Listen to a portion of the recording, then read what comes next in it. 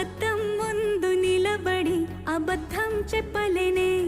నా అద్దం అంటే నువ్వే మరి ఈ నిజం దాచలేనే ఆ అద్దం ముందు నిలబడి అబద్ధం చెప్పలేనే నా అద్దం అంటే నువ్వే మరి ఈ నిజం దాచలేనే